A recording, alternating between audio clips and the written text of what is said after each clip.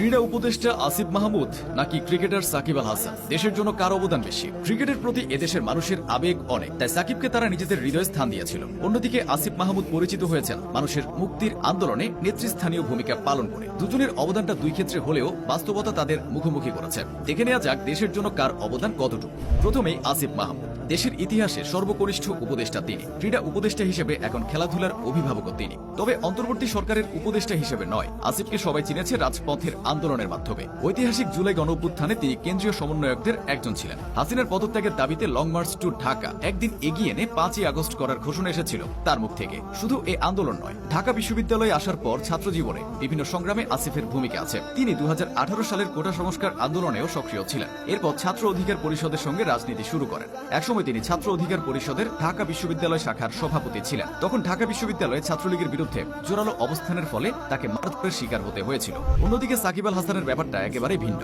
তিনি ক্রিকেটার থেকে রাজনীতিবিদ বনে গিয়ে বহুল আলোচিত ব্যক্তিত্বে পরিণত হয়েছেন। তবে রাজনীতিবিদ হিসেবে নয়, তাকে সবাই গ্রহণ করেছিল একজন ক্রিকেটার হিসেবে। এই অঙ্গনে তার সফলতা, সম্মান ও খ্যাতি এসেছে। সাকিব আল হাসান ছিলেন বিশ্বসেরা অলরাউন্ডার। ব্যাট বলের অবিশ্বাস্য জাদুতে ক্রিকেটকে রাঙিয়েছেন তিনি। বিশ্ব ক্রিকেটের নিয়ন্ত্রক সংস্থা আইসিসি বাংলাদেশি এই অলরাউন্ডারকে কুর্নিশ জানিয়েছে। সাকিবের একের পর এক কীর্তি আইসিসিকে স্যালুট জানাতে বাধ্য করেছে। বিশ্বকাপে একা হাতে দলের ব্যাটিং সামলানো কিংবা আইপিএলে বিদেশি তারকাদের সাথে কাঁধে কাঁধ মিলিয়ে খেলা, সব জায়গায় সাকিব বাংলাদেশের নাম উজ্জ্বল করেছেন। শুধু দলকে নয়, পুরো জাতিকেও তিনি আত্মবিশ্বাস দিয়েছেন। বাংলার লাখ লাখ শিশু কিশোরের আইকন তিনি। ডাক্তার বা ইঞ্জিনিয়ার নয়, ছোটবেলায় তারা একজন সাকিব হতে চাইতো। বাংলাদেশ ক্রিকেটই নয়, বিশ্ব ক্রিকেটেও আরেকটা সাকিবের আগমন ঘটেনি। সাকিব যখন যে কোনো দেশের ক্রিকেট প্রাঙ্গণে যে কোনো জার্সি গায়ে নামেন, চায়ের দোকানে ভিড় জমে যায়। শুধু উইকেট পাওয়া কিংবা সেঞ্চুরি দেখার জন্য নয়, নিজের দেশের নাম উজ্জ্বল করা ছেলেটাকে এক পলক দেখার জন্য মানুষের এই আবেগ। বলতে গেলে বাংলাদেশ এবং দেশের ক্রিকেটের ব্র্যান্ড ছিলেন সাকিব আল হাসান।